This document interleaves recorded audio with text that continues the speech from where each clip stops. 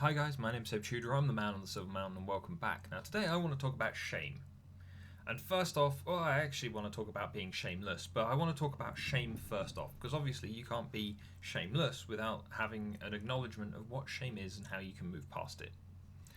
And so let's take a look at shame in and of itself to begin with. And this tends to be, it's described as either a painful emotional state or a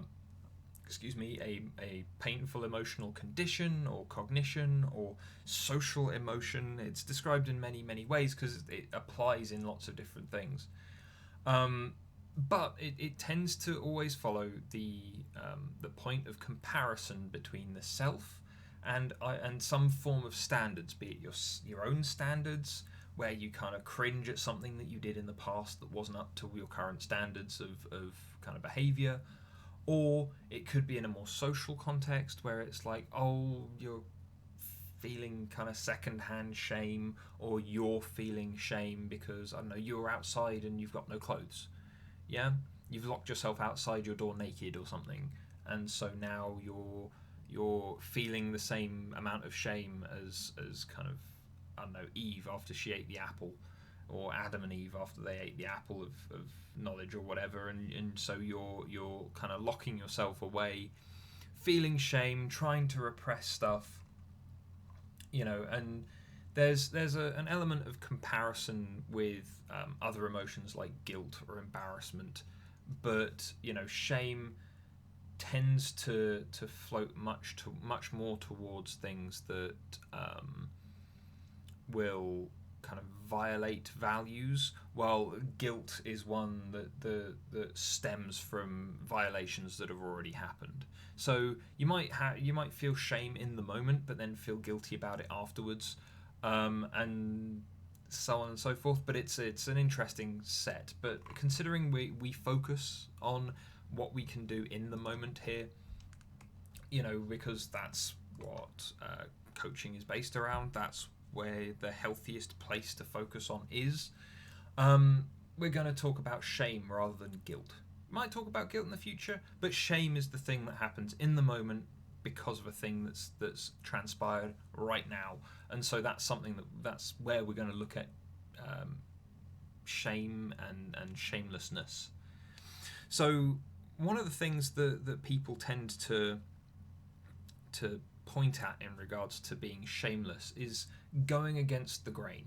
Yeah, going against societal norms, saying things that people wouldn't expect people to say, being honest, but to an extreme. This is something that gets played off of a lot in things like some of the sleazier end of dating coaching and relationship coaching, and definitely in things like the pickup artist community and some of that stuff as well. But like there are a couple of things that kind of play into being shameless, yeah, and how freeing it can be as well. The first thing that plays into it is having the confidence to stand up against those norms, yeah, being willing to say something that's outside of those norms because it's what you feel either needs to be said, or it's the truth, or it's the way that you tackle things. But then having that level of confidence then supports the other two parts, and these other two parts make up the shamelessness far, far more. Firstly, you need to have an appreciation of the universe and the fact of the matter, which, regardless of what you're doing. So being able to go, well, yeah, I'm shameless because this is where I'm going. The fact is that this is what I was looking at, this is how I was dealing with it, this is who I am, this is where we are. And as a result, knowing those facts gives you that element of protection, that element of armor that you don't necessarily need because you've got the confidence to support it in the first place if you're looking at this.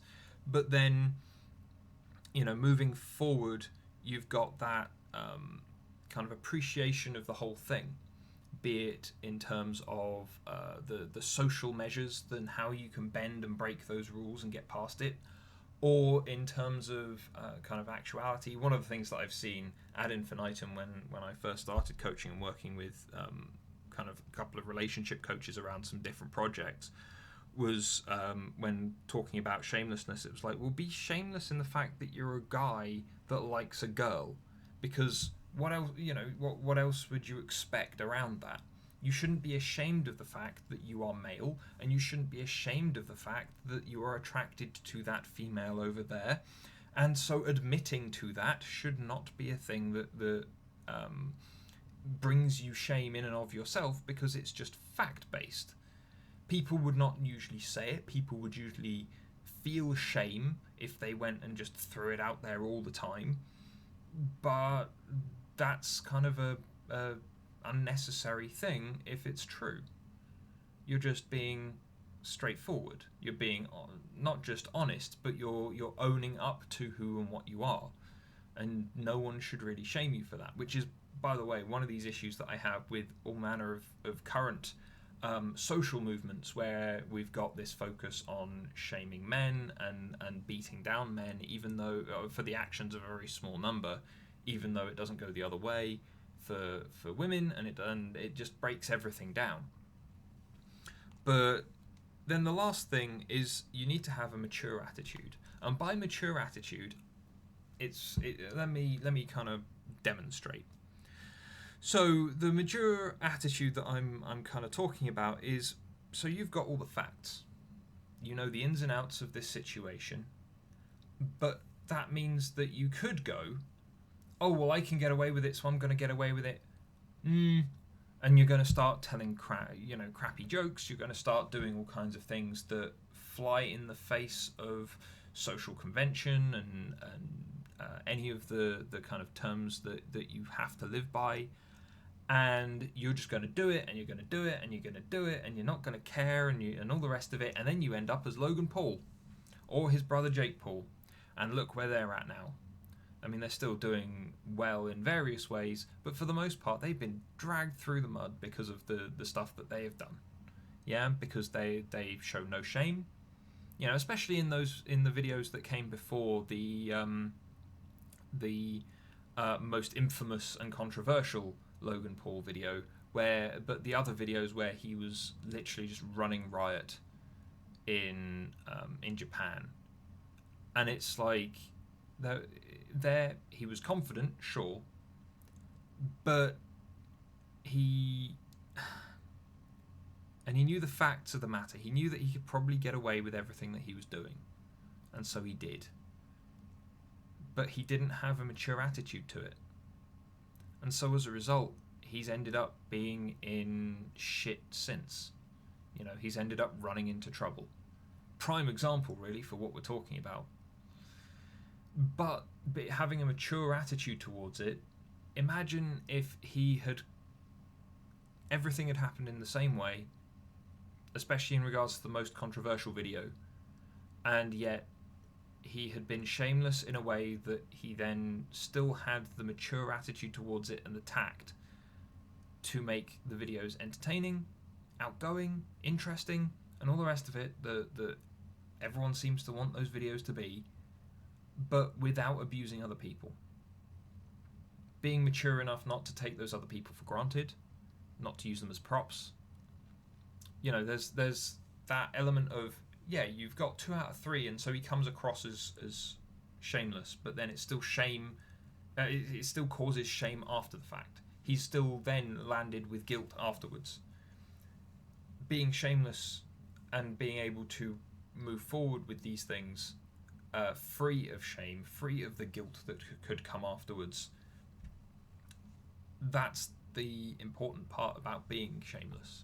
About being able to step beyond those social conventions, beyond your own standards at times, to make a point, to engage with someone, to do things that allow you to step into your stretch zone and progress, be it in a relationship, be it in a way that you work, be it in a way that you are dealing with money, be it in a way that there are all manner of different beliefs and attachments that we have that aren't necessarily fact-based or are entirely social, are drummed into us as kids, and so as a result that shame can cling. And it's only through being confident enough to analyze yourself, to analyze the things that you have believed for a lot of your life, and then also step into that fact space and go, right, well, how much of this is built on fact, on evidence, on reality? And then afterwards, having that mature attitude to allow you to then act on the information you have with the confidence that you have to then achieve a goal without the negative blowback. Because without that level of maturity, without that level of not overstepping outside of yourself, I feel is where maturity sits. Yeah? If you are a mature individual, then you can interact with others without demanding things of them, and also without entirely disengaging from them. And that's where people want mature kids to be, for instance. If you're a kid that will go and engage with an adult on a kind of mutual level almost, then you are regarded as mature in school. If you are willing to take on things like responsibility, if you are willing to go and discuss things with them, if you don't get involved in the playground bullshit of one drama after another, and this person's doing that, and this person hates this person, and that person was friends with them last week, but now they're not. If that stuff is, not necessarily below you, but you've stepped beyond it or stepped outside of it, so you're paying attention to it, but you're not being dragged into it, then you're regarded as mature, and those are the things that need to be taken account of for what we're talking about here. If you're able to not demand things of people, but own up to things that you are, based on fact, based on that confidence that you've got. To take the example from some of the stuff from relationship coaching, again, from relationship stuff that I've done before, again, the highlight of going, well, yeah, okay, so you go up to an attractive girl, if you're a guy, or if you're another girl, who knows, but you start a conversation with that individual, and then as you're kind of rolling through the convo, you just unashamedly check her out. You might get called on it. If you get called on it, then you just go, well, yes, I rather unsurprisingly find you attractive. Maybe not in a long-winded way that I just put it there, but you own up to it. Why? Because factually speaking, you're attracted to that person. They are attractive. You want to engage in, at the very least, an interesting discourse with them during the evening, probably more. And so as a result, you've got the confidence to own up to it. You've got the facts of the matter in terms of, this is what I feel, this is who we are, this is why I'm here in the first place. But then you've got the maturity to just go, well, yeah, that's what I'm doing. You're not demanding from the other person. You're not imposing on them. You're literally just going, yeah, rather unsurprisingly, that is why I'm here. It's an owning up to a reality that people may try and shame you for, but it's an owning up to a reality, and it's not an imposition, it's not necessarily aggressive, it's entirely passive. If you're sat there and you just look at someone, that's a passive behaviour. You could be looking across a room and pick that person out, and that's still effectively passive because you're not moving, you're not engaging with them, you're not going to do anything else. It's a sightline. You could do it without even meaning to. Entirely passive behaviour. And so when it comes to people trying to shame you, people trying to drive you down, this is, we've got the element of, yeah, be shameless, but make sure that it's in the right way, reinforced by the right things. But also, the flip side of this is when people try to shame you, when people try to put you down, when people try to just impose their standards on you, impose their beliefs on you, then you can go through the same model. You can go, well, I'm confident enough to know that that's not me. I'm self-assured, I'm self-examined enough to know that isn't me. I'm willing to go and look into the facts of the situation, and then I'm mature enough to go, well, no, you're right, you're wrong, this is me, I'm not interacting with you in the way that you're suggesting, and I'm going to move past it. Sorry. It's a case of those people that would shame you for just being who you are, for engaging with people the way that you have always engaged with them, and so on and so forth. Obviously, there is a limit to these things, but for the most part, shame shouldn't be something that impacts you day to day. I have talked to guys who have been shamed out of even trying to go and find women to date when they are lonely and miserable, just because of one or two interactions that were highlighted to them. And so then they got shamed at the time, and then every time it comes up afterwards, they feel the shame and they lock themselves away from it. There's not necessarily guilt because it's not there after the fact all the time, it's not dwelling on it, but it's every time it happens again, every time that situation rolls round, the shame comes back and it breaks them down. It stops them from achieving more, it stops them from chasing that progress that they want. And so as a result, it's a tough call. It's a really tough thing to deal with, and loneliness has recently been found to be as potentially dangerous for your health as obesity, if not worse. So that sphere where people are being shamed out of doing stuff, I've seen women experience the same, where they've been shamed away from guys, shamed away from girls. It's a case of, that might be because the people around them have done it. They've raised it to them, but then that person has allowed themselves to be forced into the behavior pattern of one particular kind of social norm, and they've not looked into it. They've not looked into the way that they can get around it. They don't have the confidence to stand up against it. They don't have the maturity to stand up against it because they've been told by someone that's higher up the chain than they are in terms of age or whatever else, some kind of authority or seniority, and so they have stepped away. They don't have the maturity to stand their ground if they actually have the support to do so. They might not have the confidence to stand their ground if they have the support to do so. They won't take responsibility for themselves if they don't have the maturity to do so, or they will overstep, as talked about in regards to Logan Paul. They will overstep to the extent that then it brings in the negatives afterwards, a long time afterwards, and it'll continue to impact them after that in all manner of potentially disastrous ways.